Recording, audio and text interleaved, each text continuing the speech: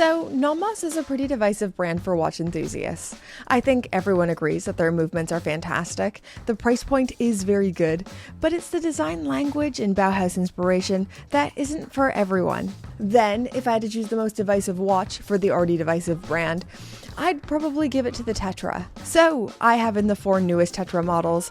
I really like them, and I think more people should consider one of these. If you're new here, my name is Brittany, and on this channel we just talk all things watches. A little bit of housekeeping before we get into it. I have these watches on loan from the fabulous people over at NOMOS. This isn't sponsored, I'm not being paid or anything like that. I don't get to keep any of these watches. NOMOS didn't ask me to make this video. I asked them. I wanted to make this video and I asked if they had any press pieces that they would send me. I've actually wanted to make a Tetra video for a while. It's a unique model that doesn't have a lot of reviews or resources out there, so this release gave me the perfect opportunity to make a video that I already wanted to make. If you're not as familiar, the Tetra is a core collection for NOMOS. When the brand started production in 1992, there were 4 models: the Tanganta, Orion, Ludwig, and the Tetra. And the Tetra was kinda odd at the time, and remains kinda odd for the brand. Firstly, the shape, being a perfect square, and secondly, the lugs. NOMOS lugs. So this has a stepped lug design, and they don't feel as long as we are used to for the brand. Looking at the specifications, these are the mid-size Tetra with a diameter of 29.5 millimeters by 29.5 millimeters, a thickness of just 6.5 millimeters, incredibly thin, and a lug-to-lug of 40.5 millimeters. On the wrist, these are very wearable. So here it is on my 5.5-inch wrist versus my husband's 7-inch wrist.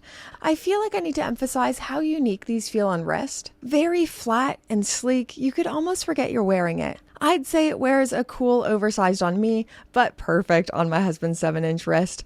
I'd say these were made with the average wrist size in mind, 6.5-inch wrist to 7.5-inch wrist. Back on specs, these have a stainless steel case material, 50 meters of water resistance, and an 18mm vegan velour strap. 18 millimeters between the lugs, not the overall length.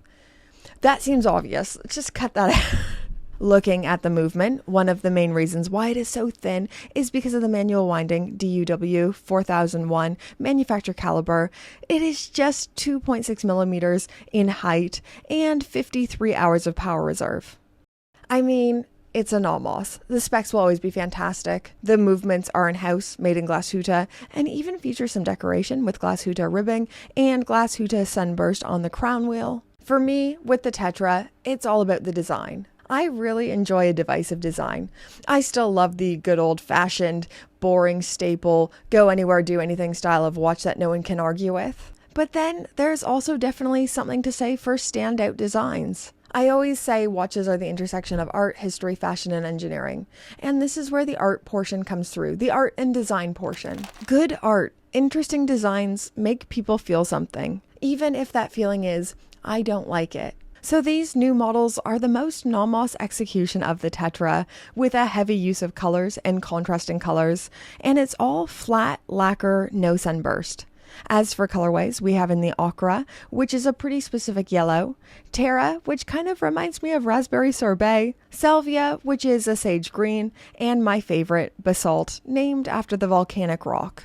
One of my main contacts with the brand, someone who I talk to quite a lot, and she's delightful, she once said, NOMOS treats color like a complication. And it's so true. You know, a lot of thought and heart and soul went into making these just so. I describe these as being playful and lighthearted while still being a serious bit of kit. This is serious watchmaking in a playful package. NOMOS captures German watchmaking in a very special way. Like, I'd say these feel how Berlin feels.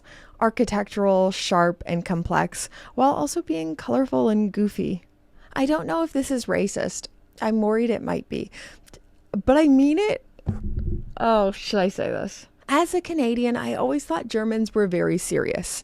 We don't smile, we don't giggle, let's be very efficient. Actually, they are very efficient. That stereotype carried through. But yeah, I thought Germans were going to be very serious and austere. But after being to Germany a few times now and meeting quite a few Germans, I find them to be a very specific flavor of goofy and silly. And I think this is a side of Germany and German people that NOMOS captures. I don't know. I hope this makes sense. Germans, let me know in the comments down below.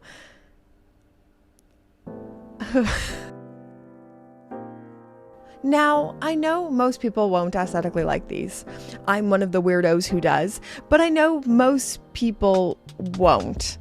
And that's okay. I completely understand why someone wouldn't like these. I would say the Tetra is not meant to be wide-reaching like the Tanganta, but for those people, those weirdos who do like them, they will really like them. I am a shape watch person. I would love to grow quite a large collection of square and rectangular watches. There's something about seeing a watch, a usually circular item, executed as a square or rectangle or in a different shape. Especially with these, the square K-shape and circular subdials. I think it's so cool. My personal favorite is Basalt. I feel like I have the colorful NOMOSes now with my Tanganta 38 date and my Club Campus. Now I want pieces that are a little bit more subdued for myself personally, but still have that little bit of color, and that's Basalt.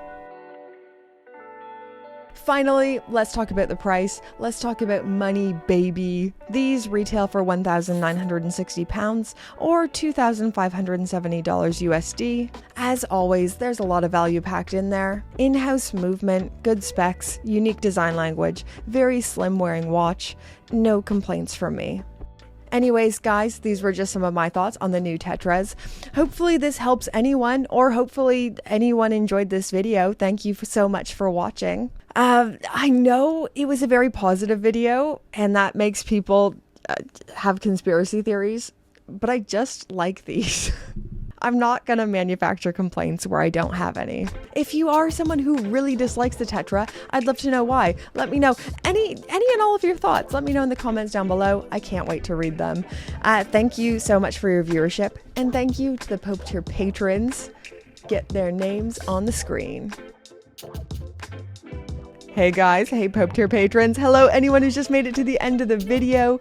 The names on the screen, this is the highest tier of patrons, and they keep the lights on here at Gringa HQ. I have lots of tiers of patrons, and thank you to all of you guys. Thank you to everyone who supports my weird little channel, but the biggest, most special thank you ever to the names on the screen.